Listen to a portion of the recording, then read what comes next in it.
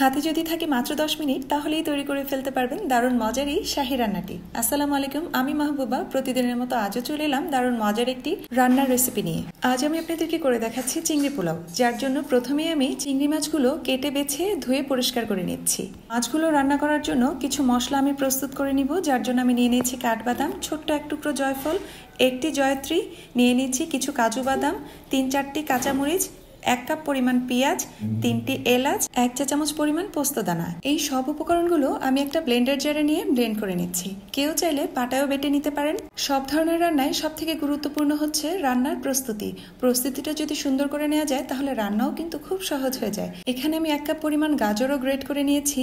যে গাজরগুলো আমি এখন 1 টেবিল চামচ ঘিয়ের মধ্যে ভালো করে ভেজে নিব। গাজরটা ভাজতে হবে ততক্ষণ পর্যন্ত যতক্ষণ না পর্যন্ত গাজরের গায়ের পানিগুলো শুকিয়ে যায়। গাজর ভাজা হয়ে গেলে তুলে নিচ্ছি। প্যানে দিয়ে দিচ্ছি পরিমাণ মতো তেল, 1 কাপ পরিমাণ পেঁয়াজ ভেজে বেরেস্তা করে নিচ্ছি। পেঁয়াজগুলো গোল্ডেন ব্রাউন হয়ে ভাজা হয়ে গেলে তুলে নিচ্ছি একই প্লেটে। একই তেলে এখন আমি দিয়ে দিচ্ছি ব্লেন্ড করে রাখা মশলাগুলো তেলে বেশ কিছুক্ষণ ভেজে নিচ্ছি। এরপরে কষানোর জন্য পরিমাণ মতো পানিও দিয়ে দিলাম। দিয়ে দিচ্ছি স্বাদ মতো লবণ। মশলাগুলো কষাতে হবে ততক্ষণ পর্যন্ত যতক্ষণ না পর্যন্ত তেল ভেসে ওঠে। মশলাগুলো ভালোভাবে ভুনা হয়ে গেলে সাথে দিয়ে দিচ্ছি পরিষ্কার করে রাখা চিংড়ি মাছগুলো।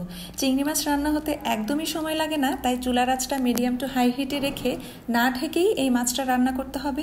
এই পর্যায়ে চিংড়ি মাছ রান্নাতে আমি একদমই পানি ব্যবহার করছি না। মাছ থেকে যতটুকু পানি উঠেছে তাতেই মাছটা রান্না হয়ে গেছে। দেখতেই পাচ্ছেন একদম নরম হয়ে খুলে যাচ্ছে। মাছগুলো যখন একদম ভুনা হয়ে গেছে, মশলা থেকে তেল ছেড়ে দিয়েছে, তখনই আমি মাছগুলো তুলে নিচ্ছি। অন্যদিকে পোলার চালগুলো ধুয়ে পানিতে ভিজিয়ে রেখেছিলাম। পানিতে ভিজিয়ে রাখলে পোলাওগুলো একদম ঝরঝরা হবে।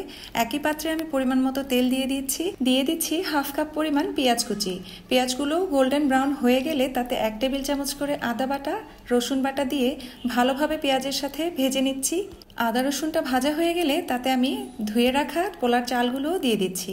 পোলার চালটাকে ততক্ষণ পর্যন্ত ভাজতে হবে যতক্ষণ না পর্যন্ত পোলার চালে লেগে থাকা পানিগুলো শুকিয়ে ঝরঝরে হয়ে যায়। চাল ভাজা হয়ে গেলে তাতে আমি পরিমাণ মতো গরম পানি দিয়ে দিচ্ছি। সাথে দিয়ে দিচ্ছি 1/2 কাপ পরিমাণ ঘন দুধ। এই দুধ দেওয়ার কারণেই দেখতেই পাচ্ছেন পোলাওয়ের রংটা কতটা সুন্দর হয়েছে। ঢেকে রান্না করতে হবে হাফ ডান হয়ে যাওয়া পর্যন্ত। এখন একটু নেড়েচেড়ে দমে রেখে দিচ্ছি আরও 10 মিনিট। 10 মিনিট পরে ঢাকনাটা তুলে রান্না করে রাখা চিংড়ি মাছগুলো অ্যাড করে দিচ্ছি। চিংড়ি মাছগুলো একটু স্প্যাচুলার সাহায্যে ছড়িয়ে দিয়ে তাতে আরও অ্যাড করে দিচ্ছি ভেজে রাখা গাজর, দিয়ে দিচ্ছি বেরেস্তা, আরও সাথে অ্যাড করে দিচ্ছি 5-6 টুকরো কাঁচামরিচ, আরও দিয়ে দিচ্ছি সামান্য পরিমাণে চিনি, এটা একদমই অপশনাল, দিয়ে দিচ্ছি 1 টেবিল চামচ গুঁড়ো দুধ।